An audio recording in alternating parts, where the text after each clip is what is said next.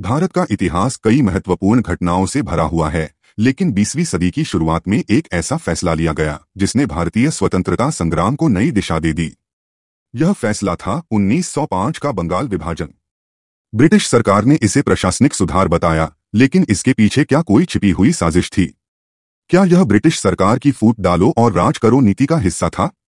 19वीं सदी के अंत तक बंगाल भारत का सबसे बड़ा और महत्वपूर्ण प्रांत था। 1891 की जनगणना के अनुसार बंगाल की कुल जनसंख्या लगभग 7.8 करोड़ थी।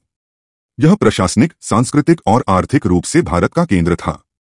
बंगाल की राजधानी कलकत्ता थी, जो पूरे देश में व्यापार और राजनीति का केंद्र बन चुका था। लेकिन ब्रिटिश सरकार के लिए इतनी बड़ी जनसंख्या और राजनीतिक गतिविधियों को नियंत्रित करना आसान नहीं था।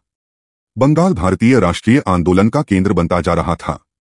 यहीं से ब्रिटिश सरकार के खिलाफ क्रांतिकारी गतिविधियों की शुरुआत हो रही थी। इसी बीच वायसराय लॉर्ड कर्जन ने बंगाल के विभाजन की योजना बनाई। 1903 में पहली बार ब्रिटिश सरकार ने बंगाल को विभाजित करने का प्रस्ताव रखा और 16 अक्टूबर 1905 को इसे आधिकारिक रूप से लागू कर दिया गया। विभाजन के अनुसार बंगाल को दो भागों में बांटा गया। पहला था पश्चिमी बंगाल, जिसमें बिहार और उड़ीसा को शामिल किया गया और यह हिंदू बहुल क्षेत्र था।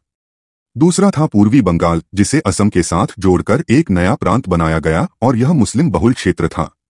ब्रिटिश सरकार का कहना था कि बंगाल प्रशासनिक रूप से बहुत बड़ा हो चुका है और इसे प्रभावी तरीके से संभालने के लिए विभाजन जरूरी है। लेकिन इस फैसले का असली उद्देश्य कुछ और था। यह निर्णय हिंदू और मुसलमानों के बीच दरार डालने के लिए लिया गया था, ताकि भारतीय राष्ट्रीय आंदोलन को कमजोर किया जा सके। बंगाल विभाजन का फैसला भारतीय जनता को मंजूर नहीं था। बंगाल के हिंदू और मुस्लिम दोनों वर्गों ने इसका कड़ा विरोध किया। भारतीय राष्ट्रीय कांग्रेस ने इसे ब्रिटिश सरकार की डिवाइड एंड रूल नीति का हिस्सा बताया। इस विभाजन के खिलाफ पूरे बंगाल में आंदोलन शुरू हो गए। सड़कों पर विरोध प्रदर्शन हुए और नेताओं ने इसे ब्रिटिश सरकार की चाल करार दिया।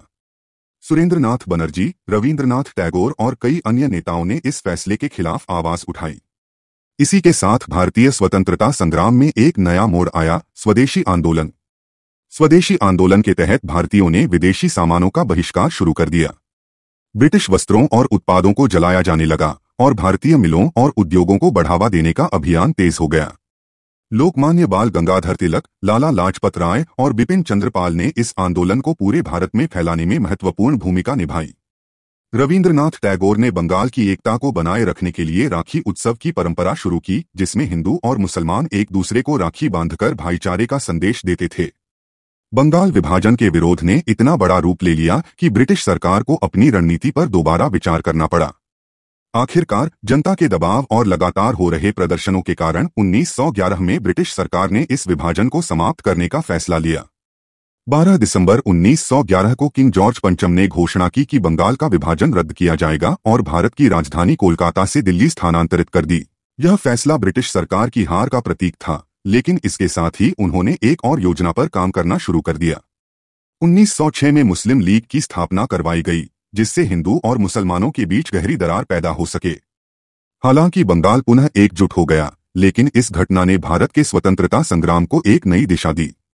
1905 का बंगाल विभाजन सिर्फ एक प्रशासनिक फैसला नहीं था, बल्कि यह भारत के स्वतंत्रता संग्राम को गति देने वाला एक महत्वपूर्ण मोड़ था। स्वदेशी आंदोलन ने भारत की आत्मनिर्भरता को बढ़ावा दिया और ब्रिटिश सरकार को भारतीयों की ताकत का एहसास करवाया। आज हम इतिहास से यह सीख सकते हैं कि जब कोई बाहरी शक्ति हमें बांटने की कोशिश करती है, तो हमारी एकता ही उसका सबसे बड़ा जवाब होती है। बंगाल विभाजन भले ही समाप्त हो गया, लेकिन यह भारत के स्वतंत्रता संग्राम का एक ऐसा अध्याय बना जो हमेशा याद रखा जाएगा।